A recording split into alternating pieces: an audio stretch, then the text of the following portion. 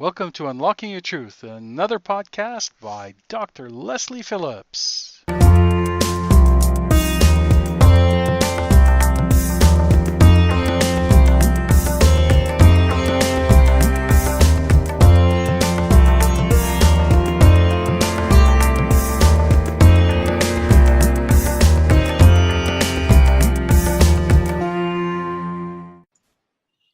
Well, hello, listeners. You are tuning in to Unlocking Your Truth with Dr. Lesley and Corey. Hello, everyone.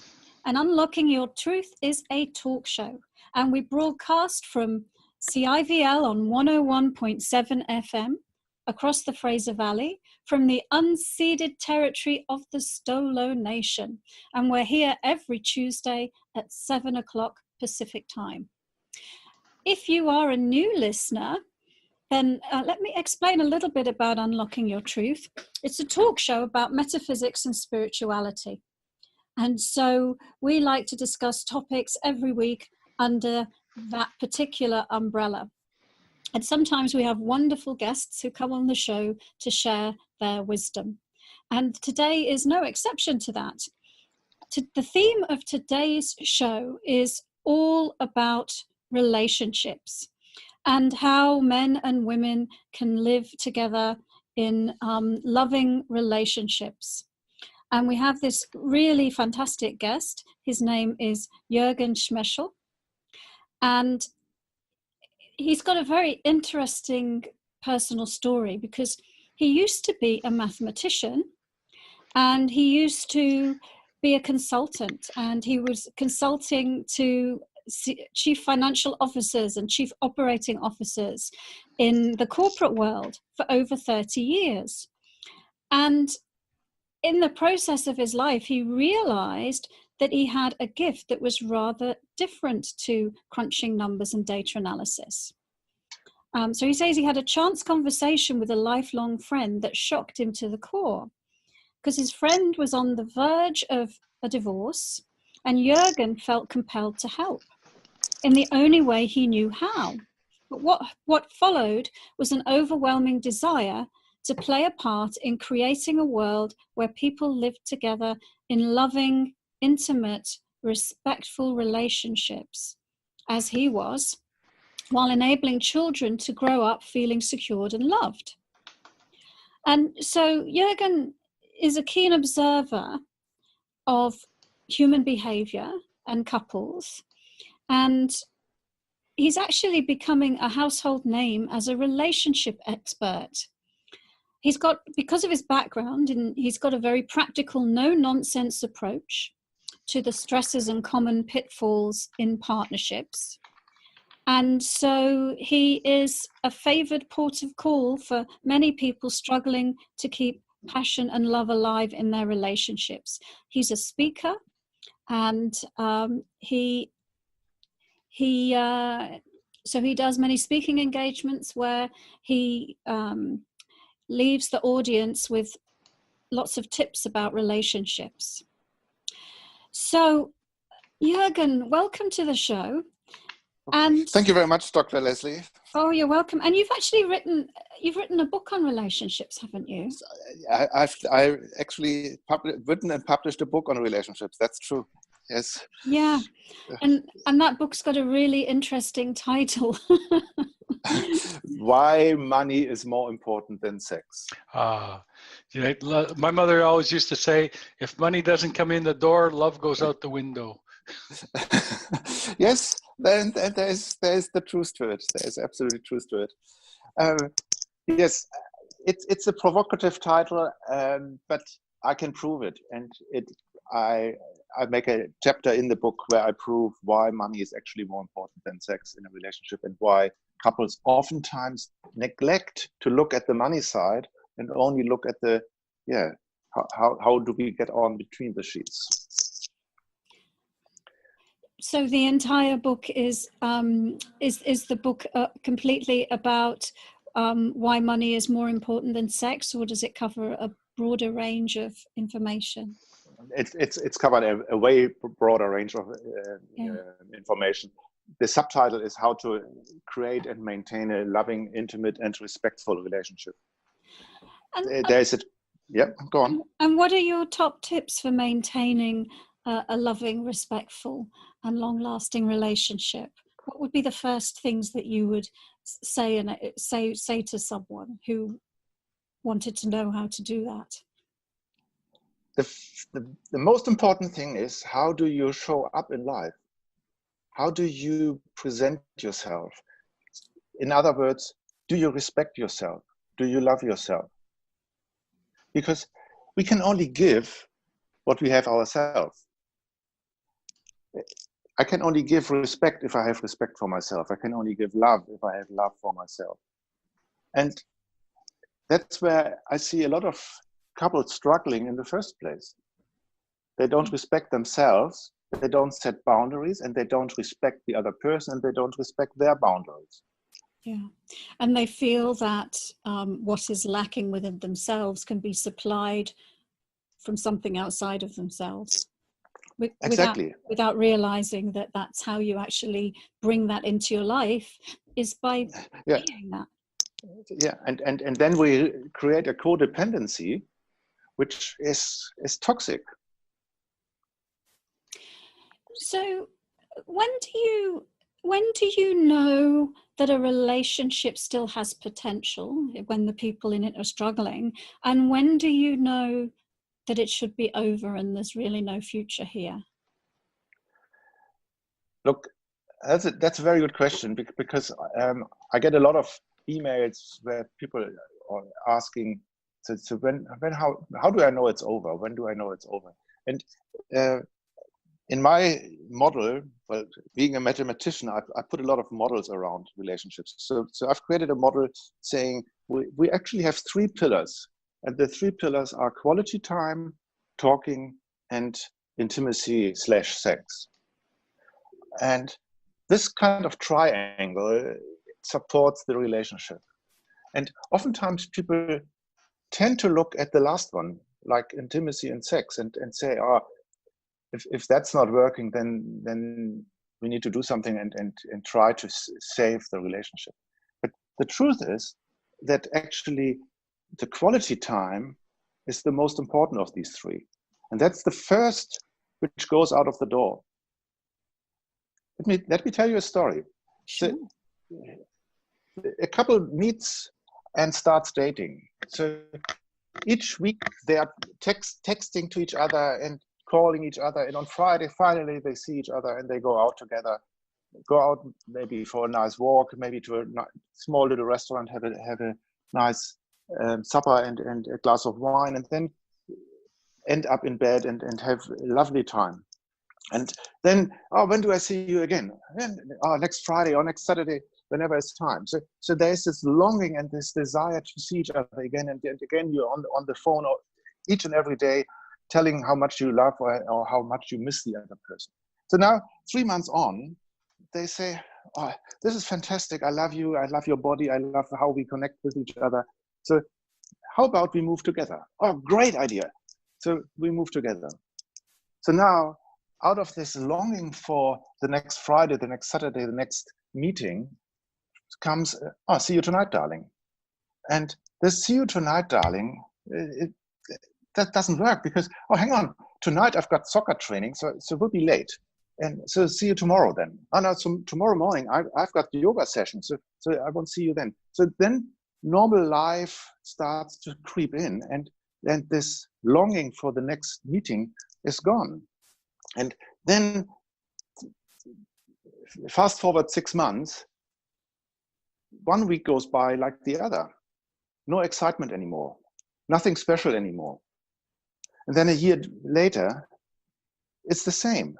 So routine creeps in, boredom creeps in, and that's where people forget to actually spend time and make time for each other. And that's what I call quality time. Thank you. And you know, you make an interesting point at the beginning of that people tend to think the most important thing is sex. Is that because we're so bombarded in the media and so forth with a perception of what a relationship is that is unrealistic and also omits the other parts of the relationship that you're talking about. Yes, that could be one reason, but to be very honest, the human species is a tribal species. We need the other person. We need people around us. We need the safety in numbers, and that goes back 100,000, 200,000 years when we lived in Africa, in the Serengeti or somewhere on the plains. A lonely human being would be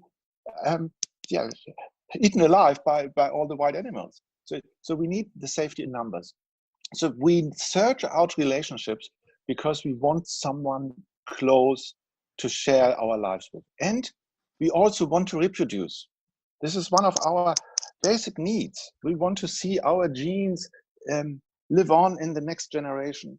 So sex, therefore, is a human need and a human right, so to speak. And that's why I think, especially in the beginning, we put so much emphasis on the body and the intimacy, that we oftentimes are blind to everything else, like money or like quality time.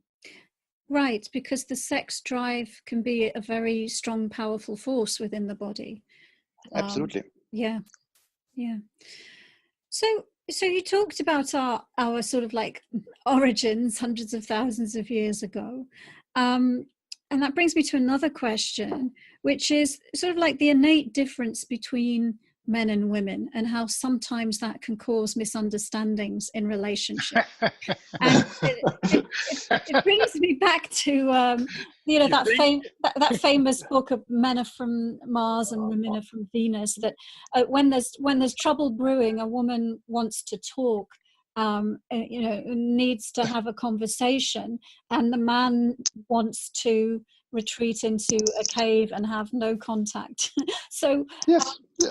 How can you help each gender understand the other gender? And remember, we only have like 40 minutes or so. Yeah. There was a famous joke about this. I don't go into that. All right. Men are from Mars, women are from Venus is so true.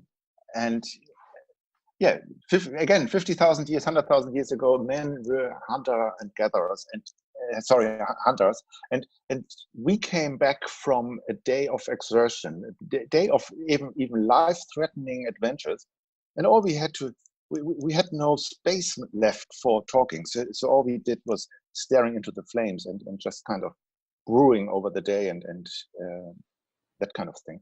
And nowadays, this flames are called television, and this same thing happens. The men come home from work and feel exhausted and don't want to talk. They just want to be left alone and stare into the flames. And back then, women needed to talk, and because they were looking after the children, they were looking after finding herbs. They needed to talk to other women to find out where is someone sick, where do we find the best herbs, what's going on in our tribe. And that's why women, even today, can hold 3 conversations at the same time without any problem, whereas men can hardly focus on one. So it's explaining this to couples already helps them to understand, yeah, hang on, that's a little bit like it works at our home. She's talking at him or over him all the time, and he does not want to respond, and eventually he can't respond anymore. So you need to make a conscious decision as a man to speak up and say, hang on, it is not just me here. I need to share my feelings. And for the woman, it's a conscious decision to slow down and not ask the same question again, which comes across as nagging. So when I consult with couples, her criticism is, oh, we lost connection, and his criticism is, I can't do anything right. She's nagging all the time. So what? And there's a famous saying: perception is reality. If you walk along a path and you see a stick which looks like a snake, you would jump as if it would be a snake, because your brain thinks this is a snake, so you jump. And the same is true in relationships. If you think your partner is accusing you of something or is starting to nag, no matter what your partner is saying, your reception is, here's another criticism. I can't do anything right. You know what I mean? So the conversation needs to be coming through a filter of love and understanding. So if he's not answering, don't think that he's stonewalling. Just try to put yourself into his shoes. So why, what's going on? And you could even ask this question, so, shall we talk later? And for him to understand her, again, it's not that she wants to criticize him all the time, or she's not trusting him when she's asking him how was your day. She just has a genuine interest. And for a lot of couples, if she stays home with the kids, she might have not had a proper conversation for the whole day. So she really needs the intellectual stimulant, and he needs to understand this. And then thereby react and say, all right, just give me 5 minutes, and then we can have a cup of tea and talk. Wonderful. Well, thank you so much. And on that note, we're going to just take a pause for some commercials, and we'll be back after these advertisements.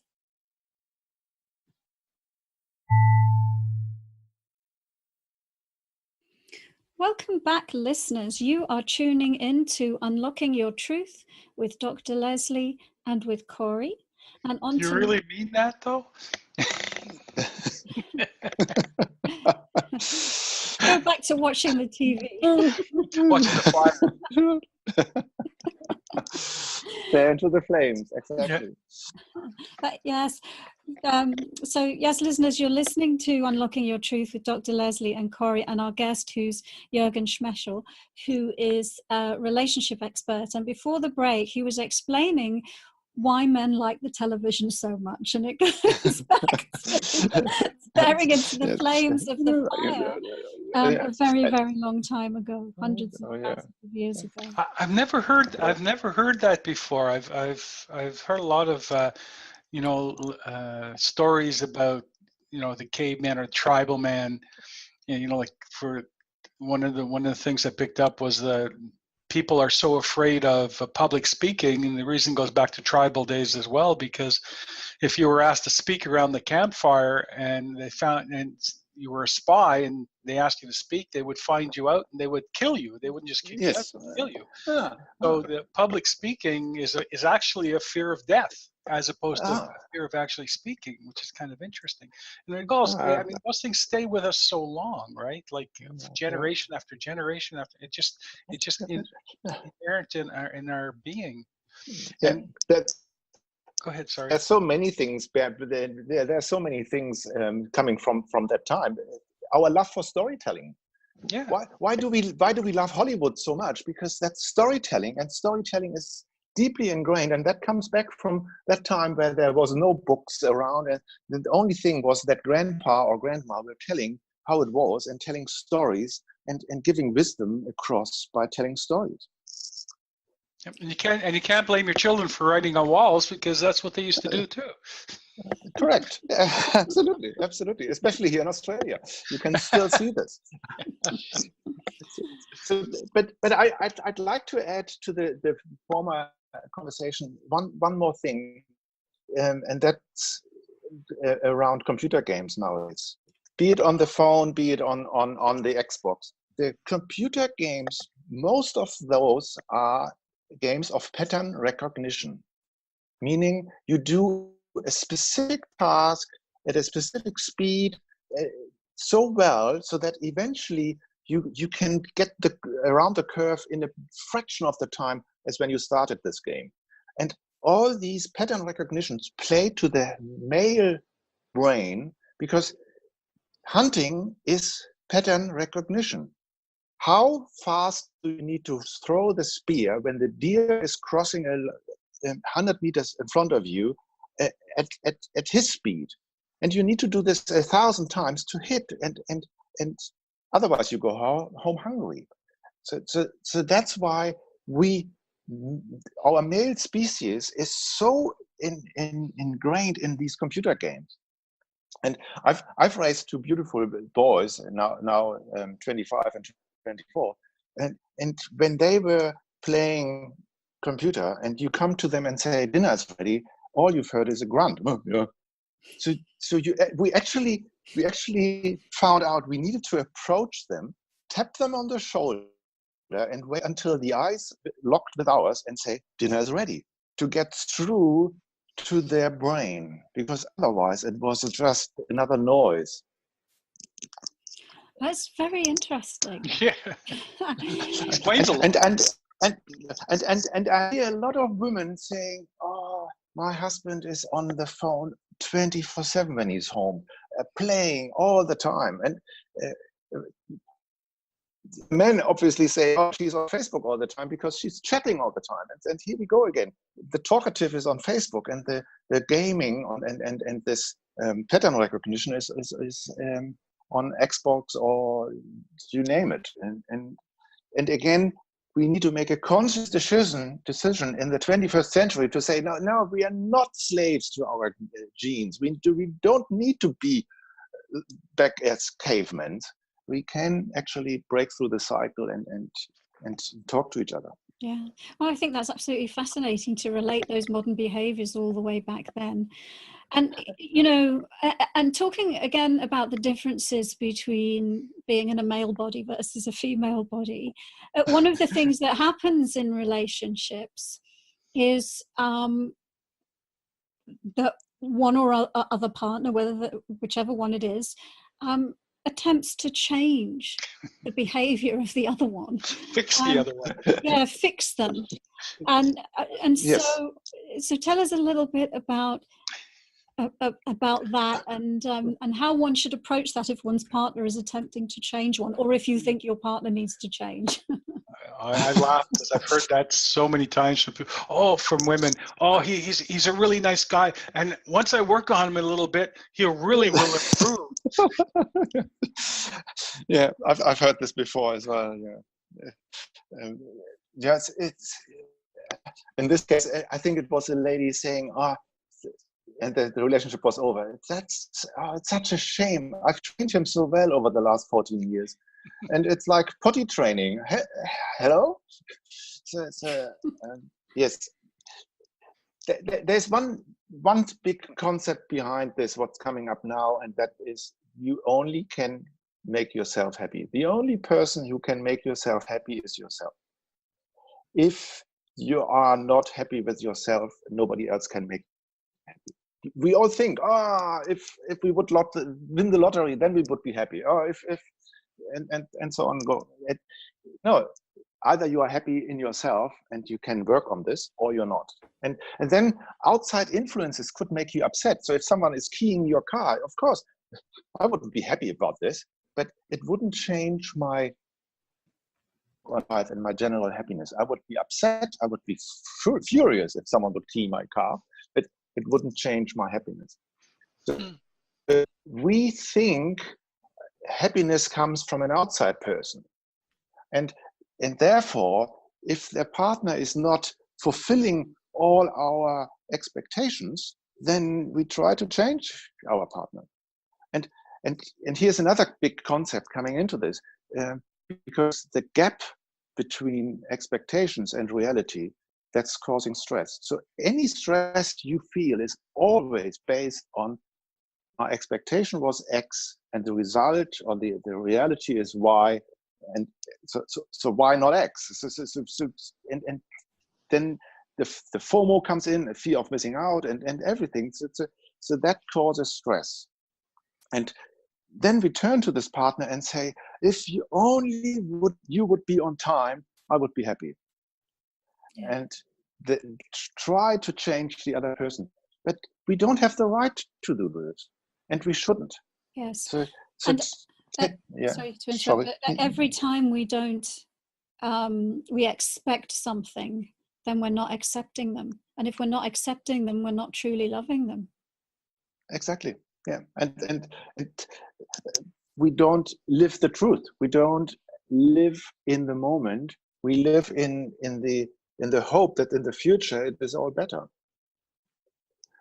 And so, yes, if you realize that your partner tries to change you, it's a difficult question, because it's so subtle. Do you really realize it yourself? Again, I think you need to filter through love and understanding, and try to find out the real motives, but what your partner wants from you and what you want from your partner, and talk openly about this. But in general, you don't have the right to change the other person.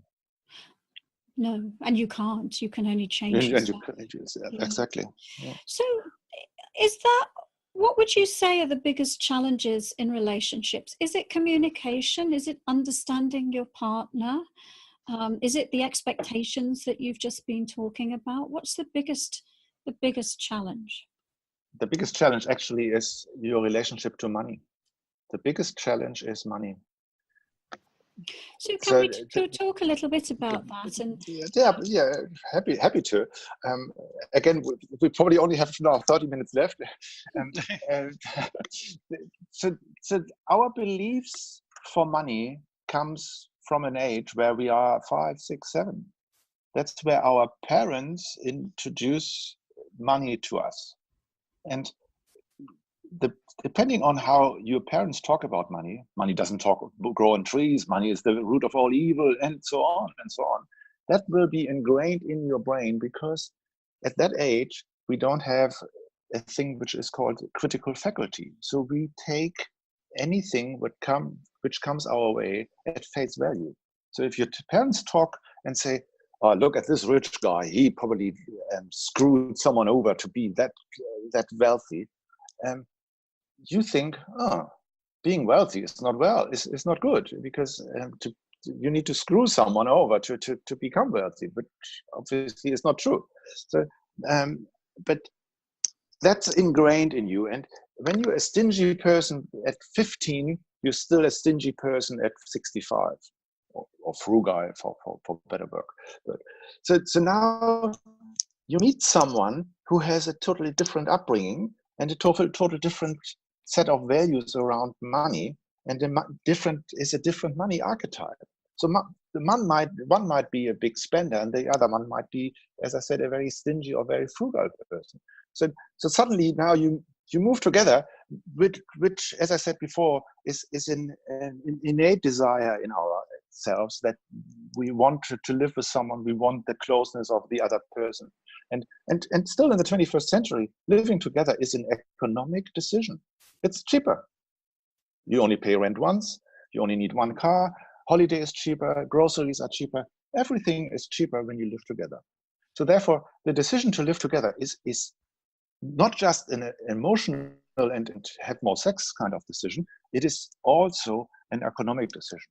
And there, money comes into play. So suddenly you start to throw the money into one big pot, and each and everyone takes out of this pot. And then it's getting really difficult, because if you're not monitoring and being on the same page, then it could be easily very devastating.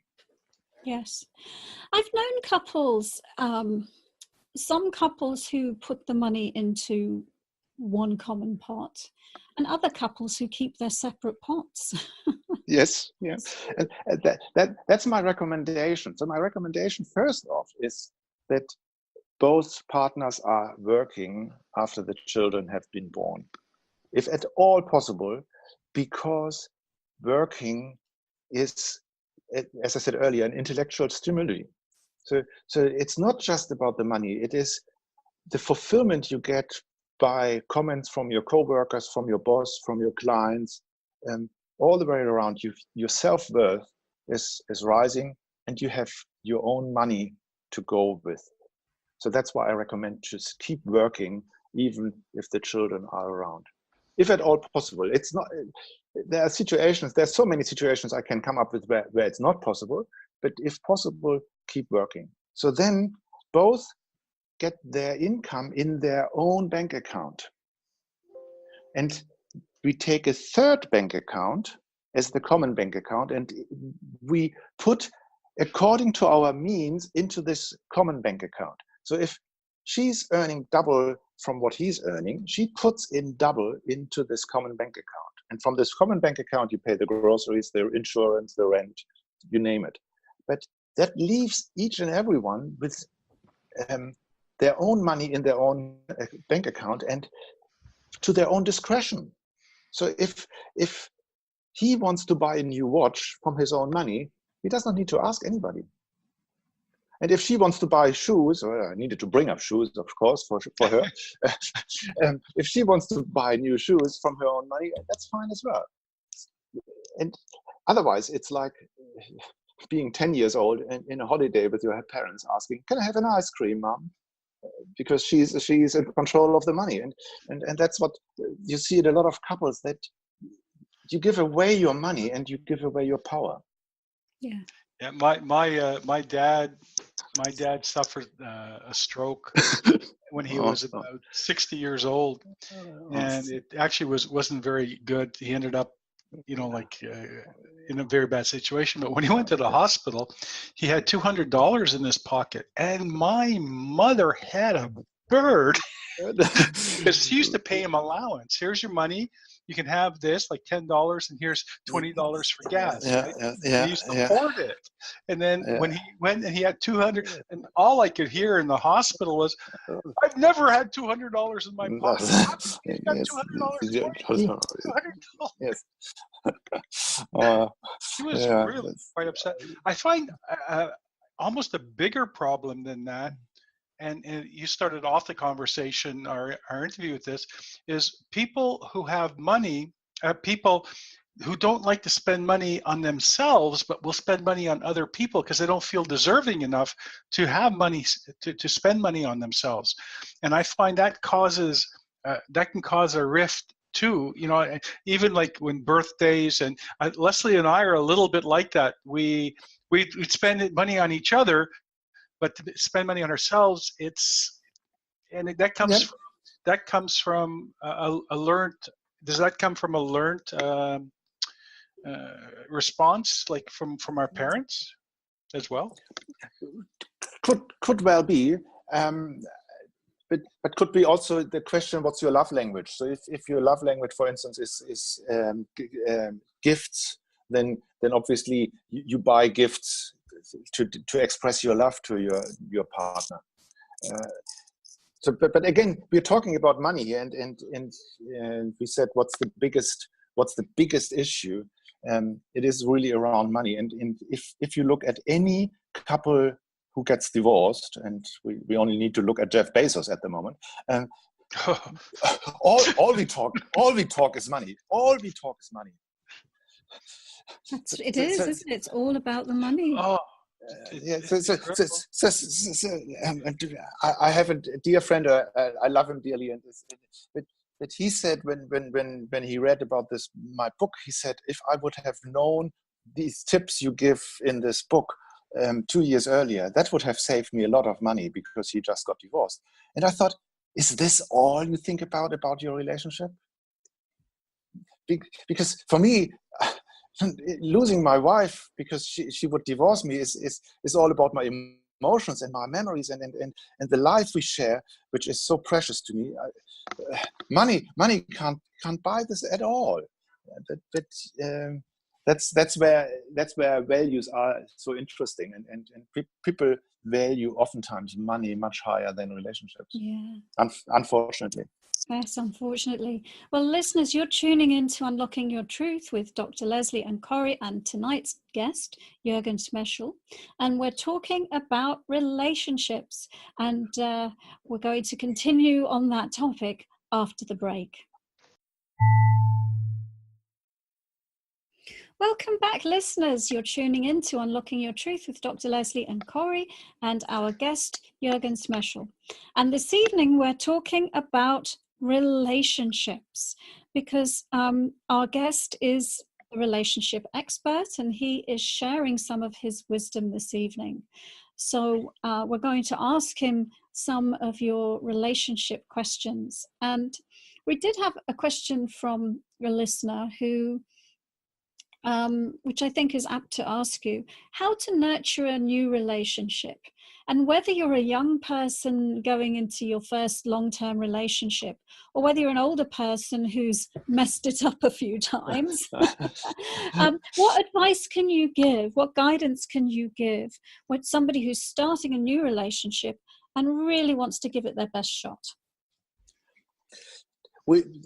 Dr. Lesley, that's a great question, and a different response to the different situations. So let's go with the new couple first. Obviously, yeah, as I said before, the three points: quality time, talking, and sex, are so important here. And spend quality time with each other. Leave your phone at home and create space to talk, because when you then have the space to talk, then your real thoughts come up and your real feelings, and that's where you can share things which might be traumatic from your past, and that's very important for a new relationship, to share things with each other, so that the other person is not stepping on a landmine just because she or he know about it. So especially in the beginning, sharing and trusting the other partner is really, really important. And then there's another word comes to mind, and that's commitment. And I put it into, I can put it in a question. So when are you fully committed to your new partner? Is this with the first kiss? Is this with the first night spending together? Or is it when you move together? And the answer is different for different people. So, but for me, with my wife, and we are now married for nearly 26 years, happily married, it was with the first kiss. With the first kiss, I thought, this is my relationship now. Did I know that we would spend the next 26, 27 years together? No, I didn't at that stage. But for me, the first kiss was a clear commitment to this woman. And I hear a lot of couples talking about, oh no, we date 2 or 3 at the same time, and then we find out which one is the best, so to speak. And so there you have it. That's commitment and trust and talking with the new love, and that's giving it your best shot, because once you commit fully, then you will see that the other person is committing as well. So how would you advise an older person who's been through a few relationships and now is embarking on a new relationship? What would you say differently to those people? Yeah, so the second time around is so much more difficult, because oftentimes now you're getting a package deal.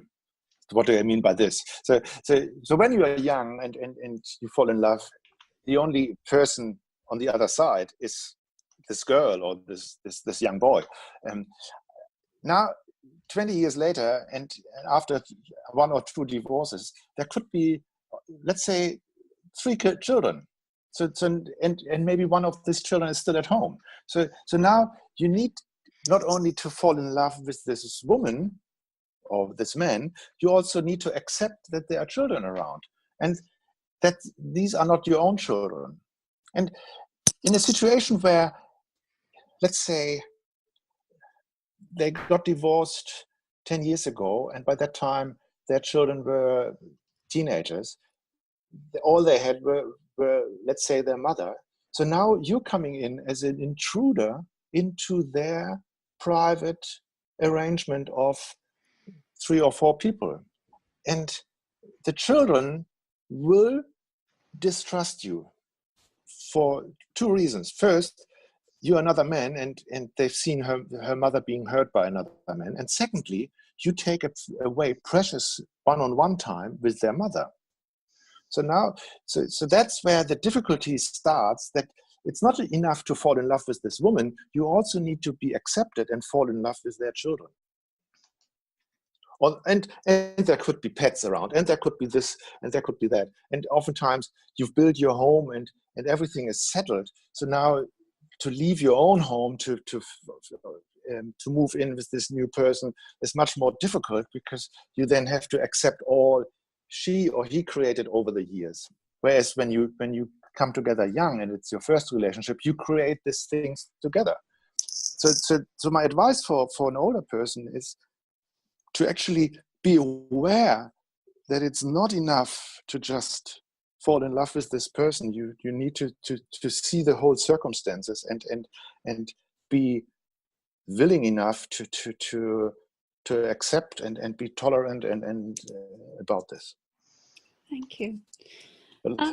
It's a long and winded answer to your question, but it's a really, really complicated situation, and the stats are counterintuitive. You would think the second marriage would last longer, but no, they don't. The second marriage lasts not as long as the first, and the third is even shorter. You think we would have learned? No. We are less tolerant. Yes, I mean, what I was actually going to ask you next, and is that,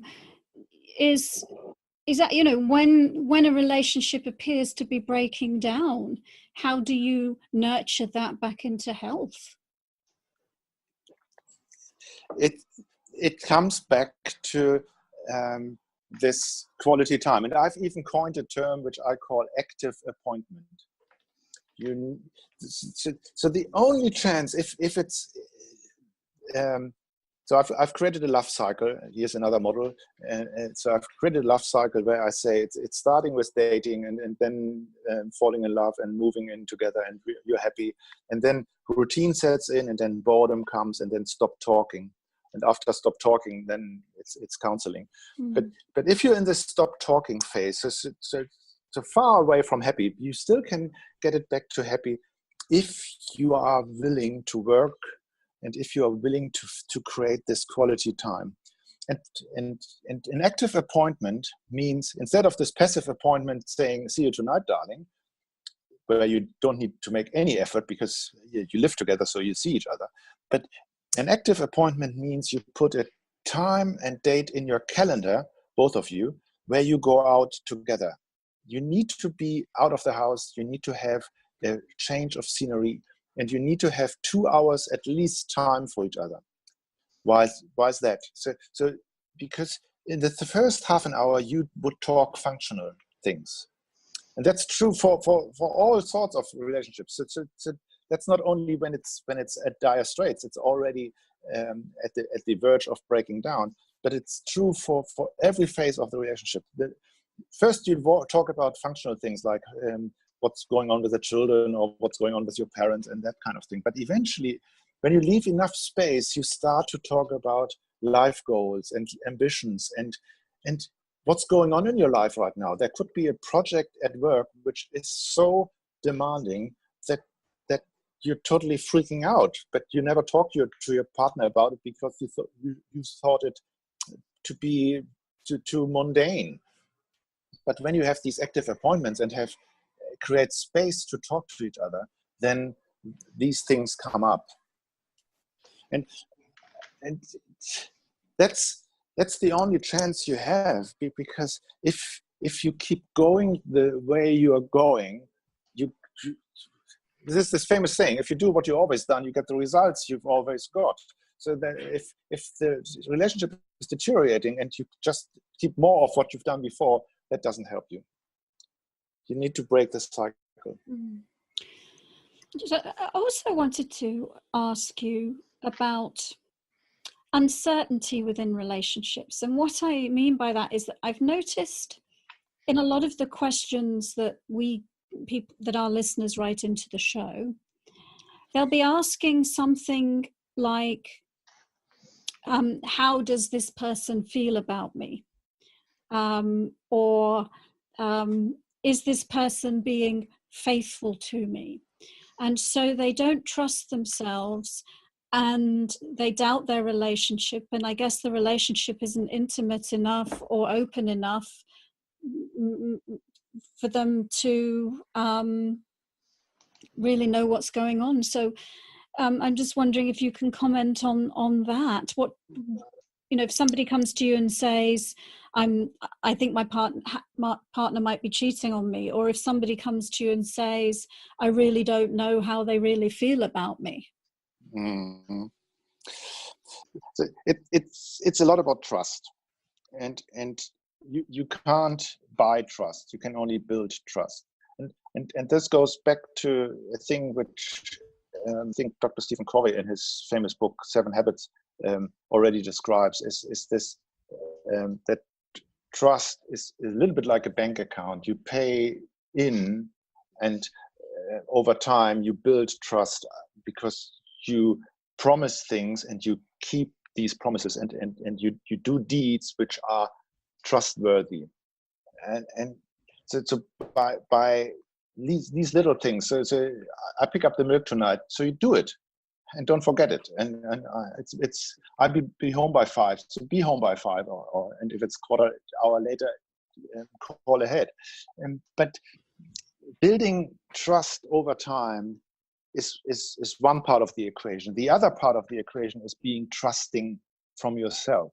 If you're not trusting to the other person, then you can't build trust with the other person, because it's reciprocity.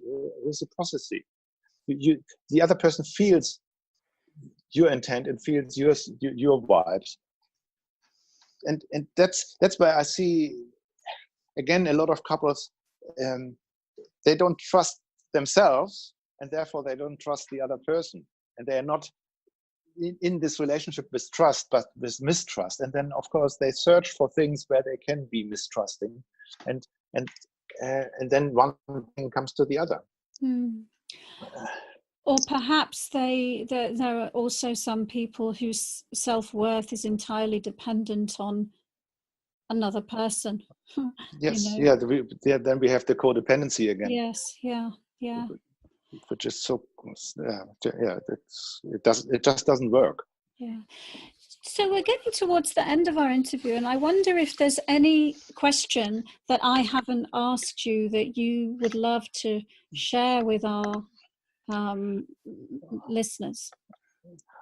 There are so many, because in my book, Why Money is More Important Than Sex, I give actually over 50 tips about what constitutes a healthy and what I say, loving, intimate, and respectful relationship.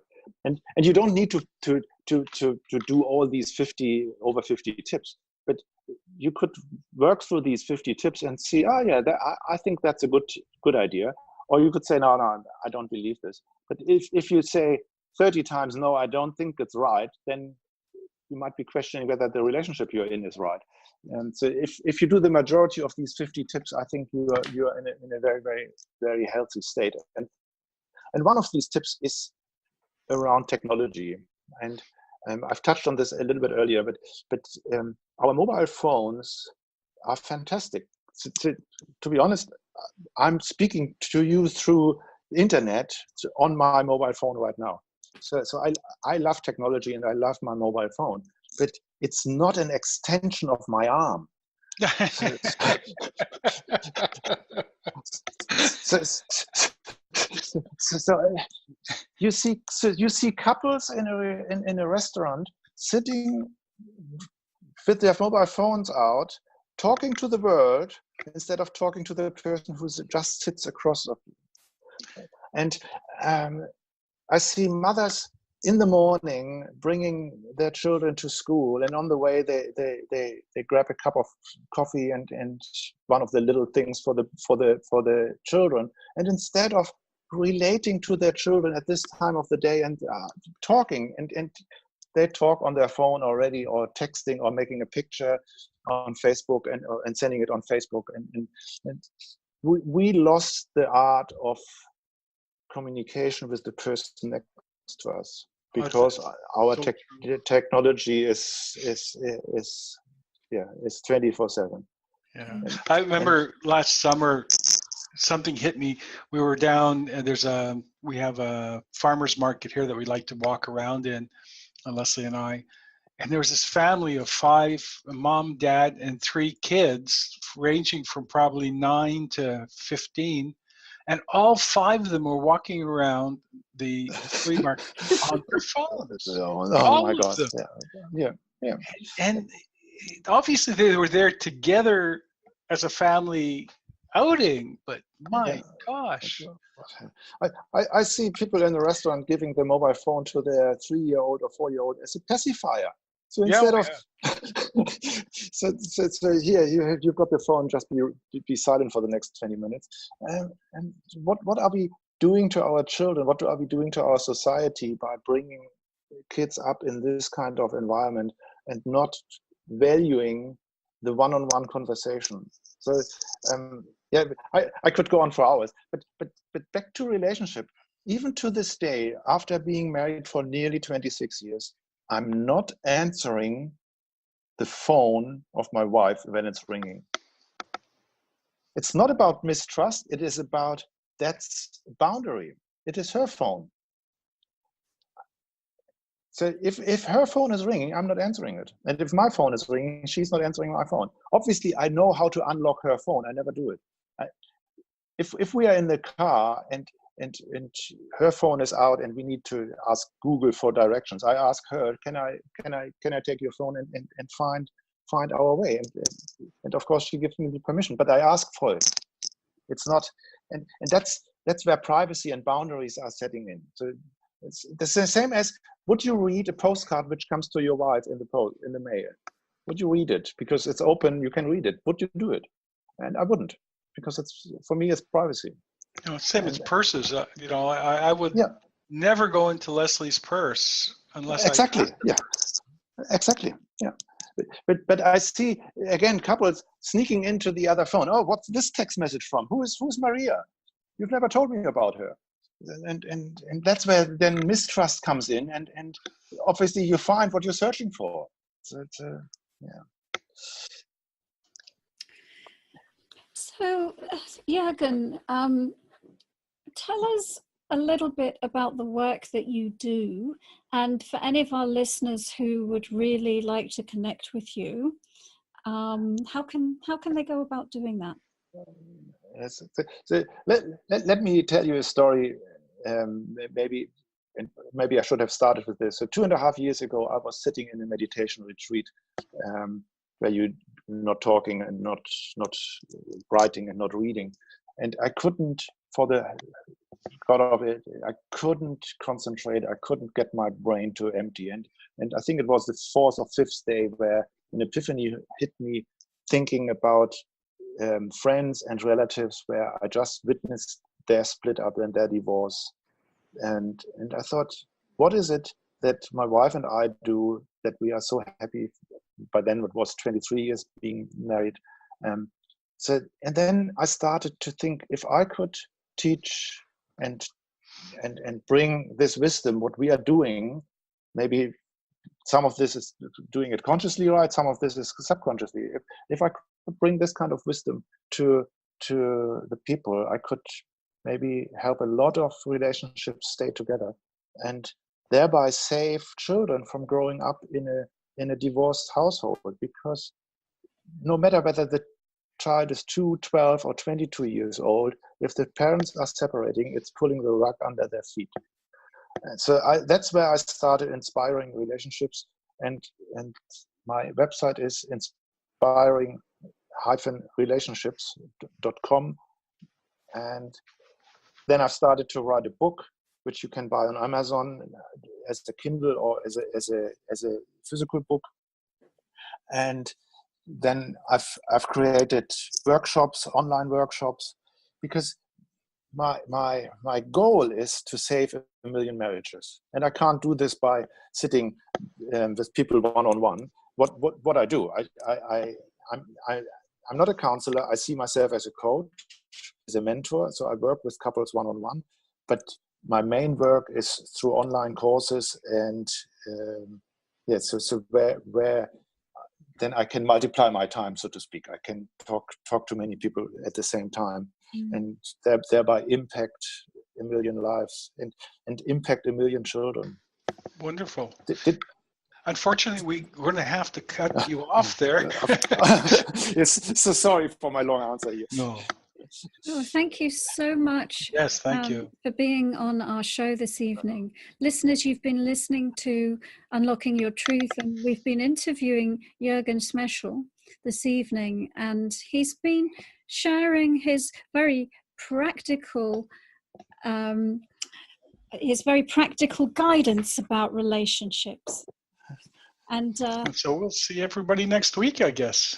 Yeah, same time, same place, 7 o'clock Pacific time on CIVL 101.7 FM. Bye-bye now. Take care.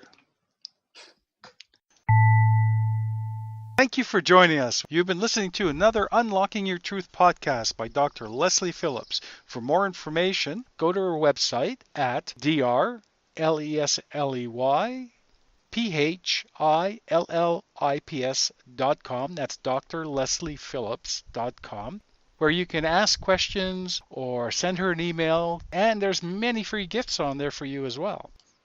You can also find the questions that were asked during this show at the website on our free card reading podcast page, where you'll find a full list of them. Come back again.